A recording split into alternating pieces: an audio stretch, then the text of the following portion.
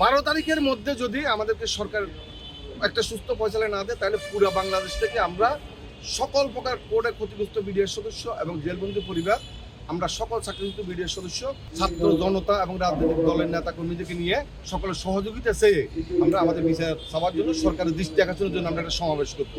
আমাদের প্রথম কথা হলো, আমরা সারা বাংলাদেশে পিলখানার ভিতরে এবং বাইরে, অর্থাৎ আপনারা জানেন শুধু ঘটনাটা পিলখানাতে ঘটছে, কিন্তু না, এটারে তৎকালীন সাংবাদিক মুন্নিশা বিভিন্ন মিডিয়াতে অপপ্রচার করে পিলখানার বাইরে পর্যন্ত এটা আগুন লাগানোর চেষ্টা করেছিল, কিন্তু বিডিআর সদস্যরা সতর্ক ছিল বিধায় এই ধরনের ঘটনাটা ঘটাতে পারেনি।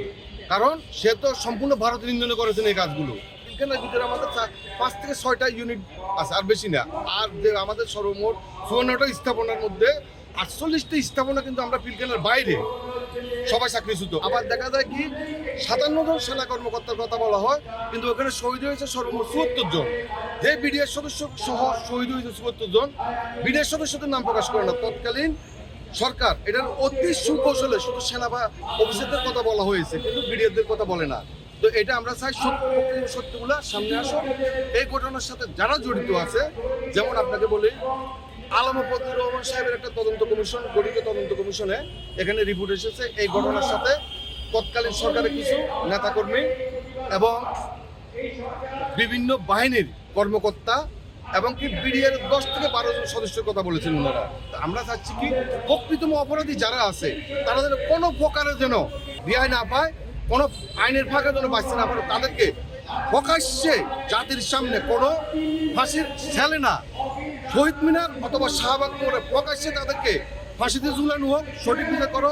আর আমরা যারা হাজার হাজার বিডিআর সদস্য আমরা চাকরিচ্যুত হয়েছি, এখানে একবারে আমাদের একবার অফিসার থেকে, আমাদের নিজস্ব অফিসার বলতে সর্বোচ্চ এডি, বিডিআর এডি সাহেব থেকে নিয়ে একজন চুইপার পর্যন্ত সর্বনিম্ন আমরা যারা এই বৈষম্য শিকার হয়েছে, মিথ্যা বিদ্রোহের দায় নিয়ে চাকরিচ্যুত হয়েছে, সকলকে যেন সকল প্রকার সুযোগ সুবিধা সহ চাকরিতে আমাদের পূর্ণ বহাল এবং পূর্ণ বাসস্থান করা হয়।